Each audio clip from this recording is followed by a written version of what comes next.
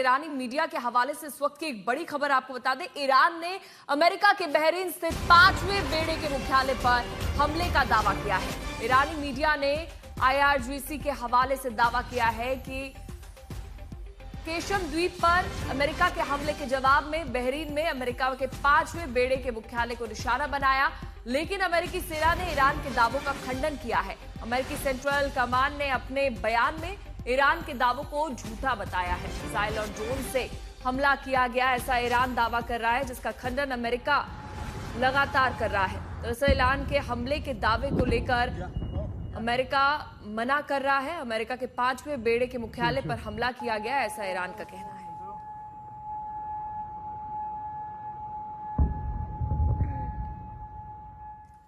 तो इसी खबर पर अब एक अपडेट आपको दे देते हैं। जो हमला किया गया है ईरान के द्वारा, उसको लेकर अमेरिका मना कर रहा है कि ऐसा कुछ भी नहीं हुआ है।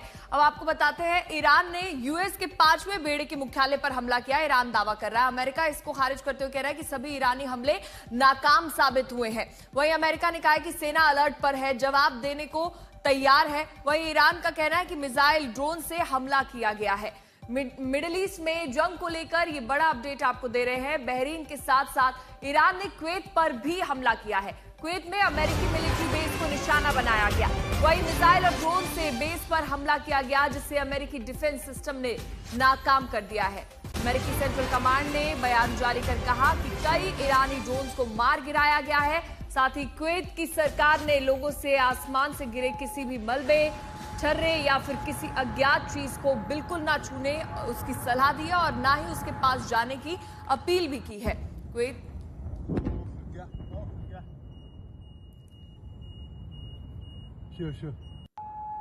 तो हमारे सहयोगी प्रणय हमारे साथ जुड़ गए ज्यादा जानकारी के लिए। प्रणय बताइएगा, देखिए एक तरफ ईरान हमले का दावा कर रहा है तो दूसरी ओर अमेरिका का जवाबी एक्शन का दावा, तो ऐसे में ताजा कार्रवाई को लेकर क्या अपडेट है प्रणय? देखिए पूजा, बीते 48 घंटों के दौरान पश्चिम एशिया के आसमान में एक बार फिर इन चलती हुई मिसाइलों की तस्वीरें नजर आना शुरू हो गई हैं। ड्रोन चल रहे हैं और दोनों तरफ से अपने अपने दावे किए जा रहे हैं। जहां तक ईरान की तरफ से की गई कार्रवाई को लेकर अमेरिका के दावों का सवाल है, अमेरिका का कहना है कि ईरान की तरफ से मिसाइलें चलाई जरूर गई कुवैत और बहरीन के खिलाफ, लेकिन उन्हें नाकाम कर दिया गया है। उन्हें बहरीन की डिफेंस फोर्सेस ने और अमेरिका का जो एयर डिफेंस सिस्टम वहां लगा हुआ है उसने नाकाम कर दिया है, यानी कोई भी मिसाइल टारगेट पर नहीं गिर पाई। इसके अलावा कुवैत में भी बीते 48 घंटों के दौरान ये दूसरा मौका था जब कुवैत में जो अमेरिकन बेसिस हैं उनको टारगेट किया गया। और ईरान का कहना है कि उसने उन जगहों को टारगेट किया है जहां से उसके खिलाफ जो हमले हैं उनकी शुरुआत हुई थी, यानी कुवैत और बहरीन को इसलिए टारगेट किया गया क्योंकि वहां से अमेरिका ईरान के खिलाफ कार्रवाई कर रहा है। कशम आइलैंड जो है वहां पर भी बीते 48 घंटों के दौरान दूसरी बार कार्रवाई की तस्वीर सामने आ रही है, रिपोर्ट सामने आ रही है कि अमेरिका ने वहां टारगेट किया है। इसके अलावा जो बोत्सवाना फ्लैग्ड एक टैंकर था लेक्सी, उसको भी टारगेट किया गया है अमेरिका की तरफ से और बताया जा रहा है कि हेलफायर मिसाइल दागी गई है। ये सारी स्थिति तब हो रही है पूजा, जब बीते 90 से ज्यादा दिनों के बाद किसी तरीके का न तो कोई कूटनीतिक समाधान निकल पाया है, न जो बैक चैनल टॉक्स चल रही थी उसके अंदर किसी तरीके की कोई कामयाबी नजर आई है, और अभी तक कोई भी समाधान का फॉर्मूला नहीं नजर आया है। और दुनिया जो है वो चिंता के साथ देख रही है क्योंकि जो स्ट्रेट ऑफ हॉर्मुज है वो अभी भी बाधित है। अभी भी जहाज वहां से जो है वो पूरी तरह से यानी उस सुगमता से नहीं निकल पा रहे हैं। तो देखिए यही लग रहा है कि तनाव अभी भी बढ़ा हुआ है। चलिए बहुत बहुत शुक्रिया प्रणय तमाम जानकारी के लिए। उधर बढ़ते तनाव का असर एक बार फिर से दिखने लगा है। बहरीन, कुवैत और यूएई में उड़ानें पूरी तरह से निलंबित कर दी गई है। ये जानकारी प्रेस टीवी के हवाले से आ रही है। मॉनिटरिंग सिस्टम की तस्वीरों से भी दिख रहा है कि उड़ानें बंद हो चुकी है। ये तस्वीरें आप देखिए, बहरीन, कुवैत, यूएई में उड़ानें निलंबित है। प्रेस टीवी द्वारा ये जानकारी दी गई है और ये तस्वीरें मॉनिटरिंग सिस्टम की है, जिससे ये साफ दिख रहा है कि उड़ानें बंद कर दी गई है। अमेरिका में तनाव का साफ तौर पर असर दिख रहा है। तो ईरान अमेरिका में बातचीत तनाव के बीच अमेरिकी विदेश मंत्री मार्को रूबियो ने ईरान के सर्वोच्च नेता मुस्तफा खामेनेई को लेकर बयान दिया है। उन्होंने दावा किया है कि खामेनेई किसी न किसी स्तर पर सक्रिय रूप से भाग ले रहे हैं, इसके संकेत मिल रहे हैं। Yeah, I think there's indications that, in fact, we've not heard from him publicly, we haven't seen him publicly, and I would imagine given what's happened to multiple leaders in that system, being very public is probably not something that's recommended for them internally. But that said, I think there are indications out there that he is increasingly engaging at some level, although all of his communications have been in writing and through intermediaries. So the way to think about it is the following. You have the supreme leader, and understand that at the end of the day, the supreme leader in their system there really is no analogy to it in our system or anybody else's system. It is the theological office. खबर सियासत की। कर्नाटक में आज DK Shiv Kumar सरकार का शपथ ग्रहण होने जा रहा है। ऐसे में बेंगलुरु में लोक भवन में शपथ ग्रहण होगा और इसकी तैयारी जारी है। खबरों के मुताबिक डीके शिव कुमार कर्नाटक के 24वें मुख्यमंत्री पद की शपथ लेंगे और उनके साथ साथ 13 मंत्री भी शपथ लेने वाले हैं। आज शाम 4 बजे ये शपथ ग्रहण समारोह होगा। काफी माथापच्ची के बाद कांग्रेस ने संभावित मंत्रियों के नाम तय कर लिए हैं और इसमें कई अहम चेहरे हैं। शपथ ग्रहण समारोह में राहुल गांधी और खड़गे भी मौजूद रहेंगे। सीएम पद की शपथ लेंगे आज डीके शिव कुमार, जिसके साथ 13 मंत्री भी शपथ लेने वाले हैं। शाम 4 बजे होगा शपथ ग्रहण समारोह।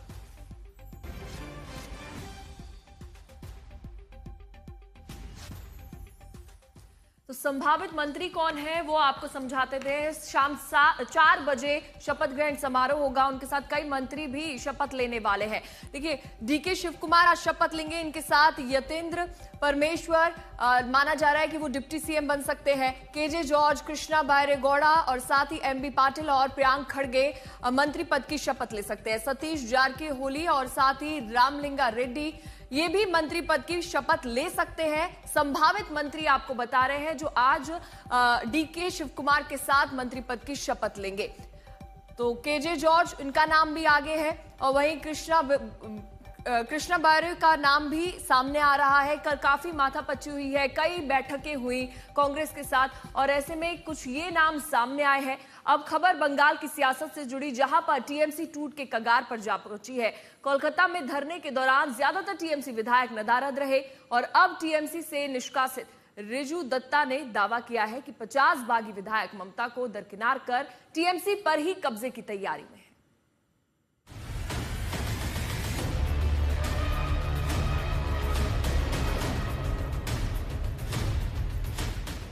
यह है बंगाल में चल रहे खेला 2.0 की तस्वीर।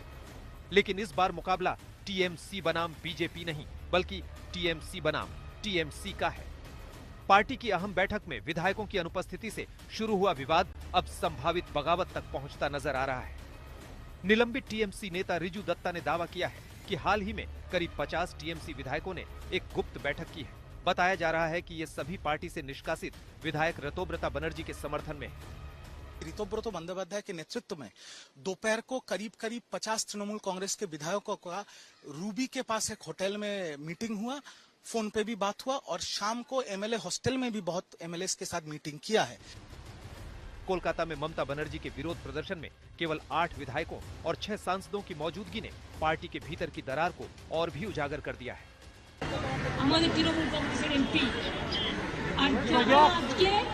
गद्दारी করছে তৃণমূলটাকে ভাঙবার জন্য।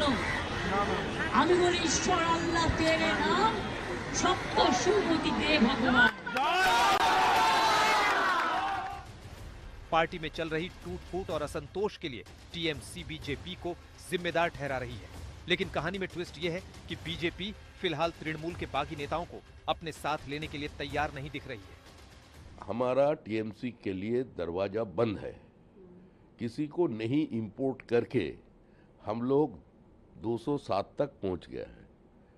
जनता टीएमसी का नेताओं को खिलाफ वोट दिया था। रिजू दत्ता का दावा है कि टीएमसी के 50 विधायक बागी हो चुके हैं और वे खुद को असली तृणमूल के रूप में पेश करने की तैयारी में हैं। ऐसे में सवाल उठ रहा है कि 4 साल पहले महाराष्ट्र में उद्धव ठाकरे के साथ जो हुआ और 3 साल पहले शरद पवार के साथ जो हुआ, क्या 2026 में बंगाल में ममता बनर्जी के साथ भी वैसा ही खेला होने वाला है? ब्यूरो रिपोर्ट आज तक। तो ममता सरकार से नाराजगी रखने वालों में खुद उनके भाई स्वपन बनर्जी भी शामिल हैं। आज तक से बातचीत में उनका दर्द खुलकर सामने आया। देखिए, आप कह रहे थे कि 2013 से आप पार्टी के साथ जुड़े हुए हैं, तृणमूल के साथ। ना हम 1981 साल से पार्टी के साथ में जुड़ा हुआ है। लेकिन 2013 से आपको काम नहीं करने दिया। 2013 साल से मेरा को काम करने नहीं देता है। क्यों काम करने नहीं देता है? कोई काम में नहीं देता। मैं बंगाल ओलंपिक का सेक्रेटरी था, चिट्ठी देता है, चिट्ठी फेंक देता है। मैं 2020 साल में चिट्ठी दिया, चिट्ठी छोड़ा दिया। 2022 में दिया, 23 में दिया, 24 में मेरा को बैठा के हटा दिया। ये ठीक नहीं किया, ये हमारे लिए बहुत गलती हुआ। मैं पार्टी पॉलिटिक्स नहीं करता, मैं पार्टी पॉलिटिक्स का काउंसलर नहीं है, मैं एमएलए नहीं है, मैं एमपी नहीं है, मैं कोई कुछ नहीं है, लेकिन आप स्पोर्ट्स पोस्ट एडमिनिस्ट्रेटर है। इसको लेके कम करना। मैं इंडियन ओलंपिक का मेंबर था, मैं बंगाल ओलंपिक का प्रेसिडेंट था, मैं बंगाल ओलंपिक का सेक्रेटरी था, मैं बंगाल ओलंपिक का जॉइंट सेक्रेटरी था, मैं एसोसिएशन का प्रेसिडेंट है। तो हमारे लिए क्या किया ये लोग, हमारा बहुत खराब लगा है। इसलिए हम इन लोग के बारे में सोचेगा। हमको छोड़ा के अपना भाई सौरभ विश्वास को लेके चल रहा है बंगाल ओलंपिक में। क्या हुआ ये? कोई दिन वो ही नहीं था, पोस्ट कोड मान के नहीं आया, वो आईएफए का वाइस प्रेसिडेंट था, यहाँ पे लेके सब कुछ काम करा है। तो ये दीदी को पता नहीं था? देखिए दीदी के बारे में, हम पोस्ट के बारे में क्रीड़ा मंत्री को बताएगा, हम दीदी को कैसे बताएं? क्रीड़ा मंत्री तो ममता बनर्जी को ही रिपोर्ट करती थी। बोलना जरूरी है, 100% सबको मालूम है इस बारे में। तो बीजेपी में सत्ता में आते ही टीएमसी नेताओं के बुरे दिन शुरू हो गए हैं और एक तरफ जनता का गुस्सा फूट रहा है तो वहीं दूसरी तरफ सरकार एक्शन में है। हालात ये है कि कटमनी लोगों को लौटाकर उनसे माफी मांगी जा रही है। सत्ता से बाहर होते ही टीएमसी नेताओं के बुरे दिन शुरू हो गए हैं। ये तस्वीर उत्तर 24 परगना की है, जहां टीएमसी के पूर्व विधायक सनत डे के दफ्तर पर जमकर पथराव किया गया और उन पर अंडे फेंके गए। सनत डे कुछ बैग लेकर वहां पहुंचे थे। खबर फैली कि वे कुछ दस्तावेज ठिकाने लगाने की कोशिश कर रहे हैं। बस फिर क्या था, हंगामा मच गया और टीएमसी नेता को जान बचाकर वहां से भागना पड़ा।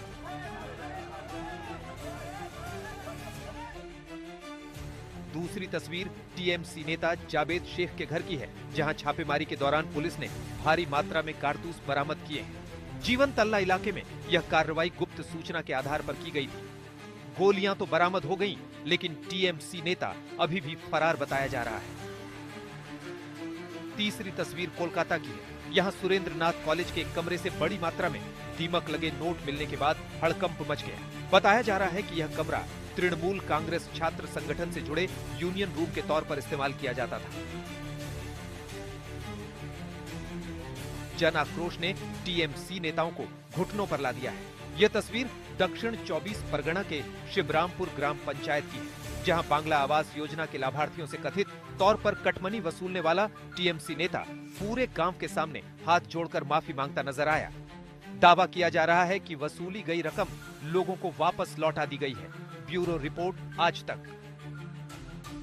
तो बिहार पुलिस की बहाली में सबसे ज्यादा कोचिंग के छात्रों के चयनित होने का जश्न मना चुके खान सर एक बार फिर से चर्चा में है। दरअसल पटना में उनके कोचिंग सेंटर पर कुछ लोगों ने हमला कर दिया और जमकर तोड़फोड़ भी की गई है।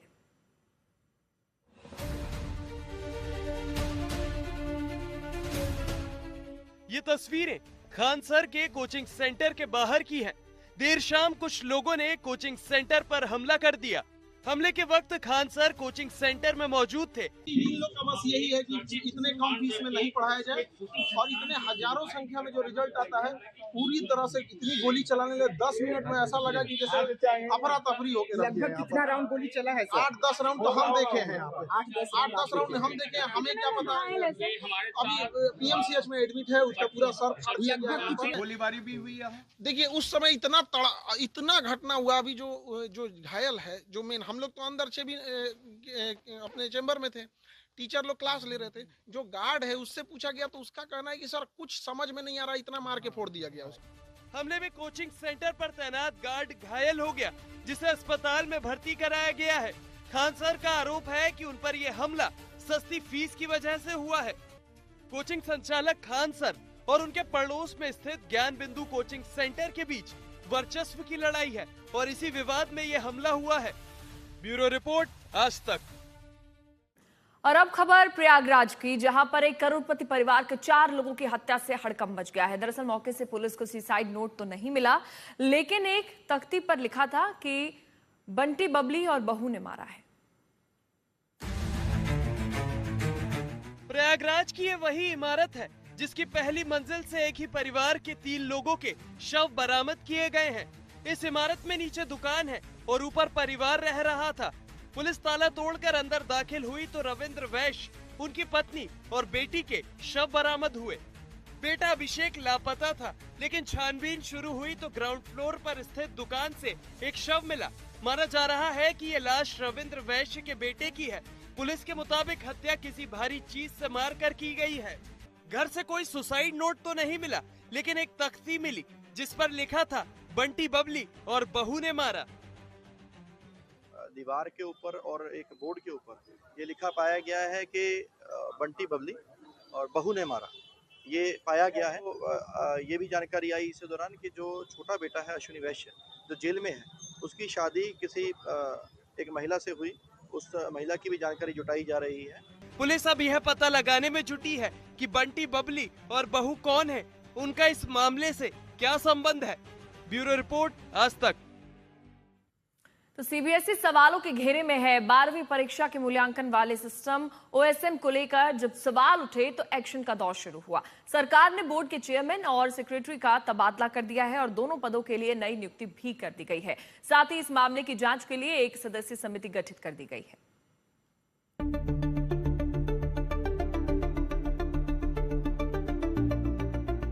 ओएसएम प्रक्रिया जिसकी वजह से छात्रों के रिजल्ट खराब हुए, उत्तर पुस्तिकाओं के मूल्यांकन में गड़बड़ी हुई, छात्रों के सामने कई मुश्किलें आईं, ऑनलाइन मार्किंग सिस्टम के लिए जिम्मेदार कंपनी पर सवाल उठे। छात्रों की चिंता और सियासी शोर शराबे के बाद सरकार ने मामले में बोर्ड के चेयरमैन राहुल सिंह और सेक्रेटरी हिमांशु गुप्ता का तबादला कर दिया है।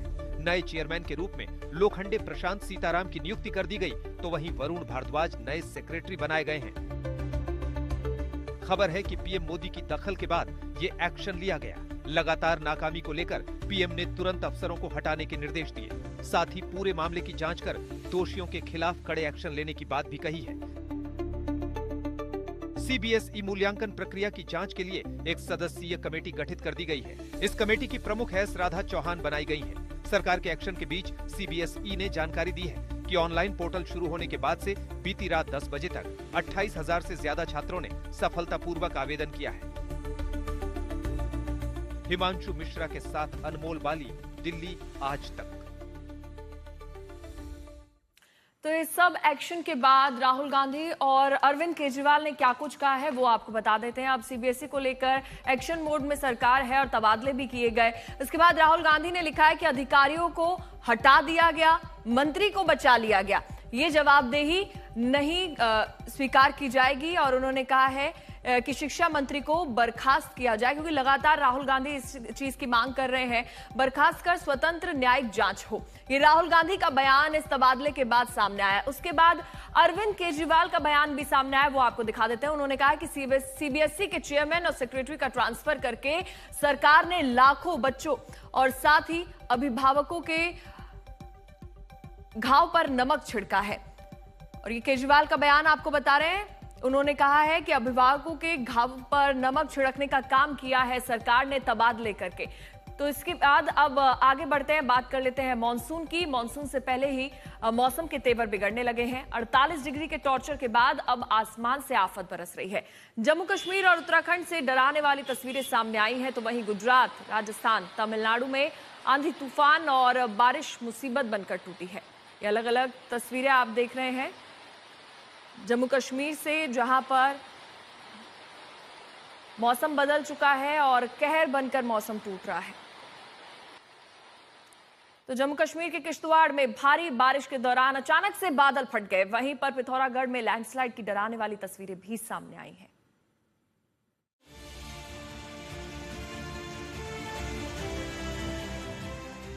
जम्मू कश्मीर के डोडा और किश्तवाड़ जिलों में भारी बारिश के बाद बादल फटने से हालात बिगड़ गए हैं। ये तस्वीरें किश्तवाड़ की हैं, जहां बादल फटने के बाद पानी की बेकाबू रफ्तार ने कई आशियाने तबाह कर दिए।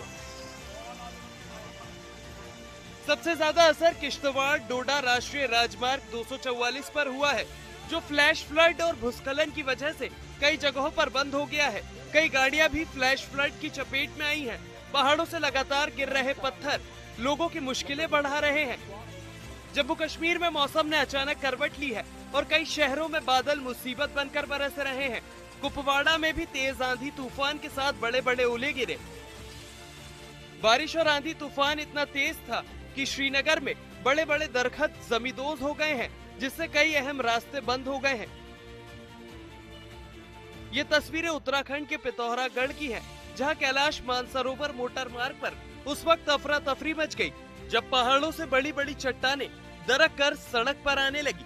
लोग अपनी जान बचाकर गाड़ियों से निकलकर भागते नजर आए। मौसम की मार और दहशत की ये तस्वीरें सोशल मीडिया पर वायरल हो रही हैं। ब्यूरो रिपोर्ट, आज तक। अब खबर लखनऊ के केजीएमयू की, जहां पर करोड़ों के दवा घोटाले का खुलासा हुआ है। दरअसल इस घोटाले को लेकर आज तक पर खबर दिखाए जाने का असर हुआ। केजीएमयू के यूरोलॉजी विभाग में दवा घोटाले के मामले में बड़ी कार्रवाई की गई।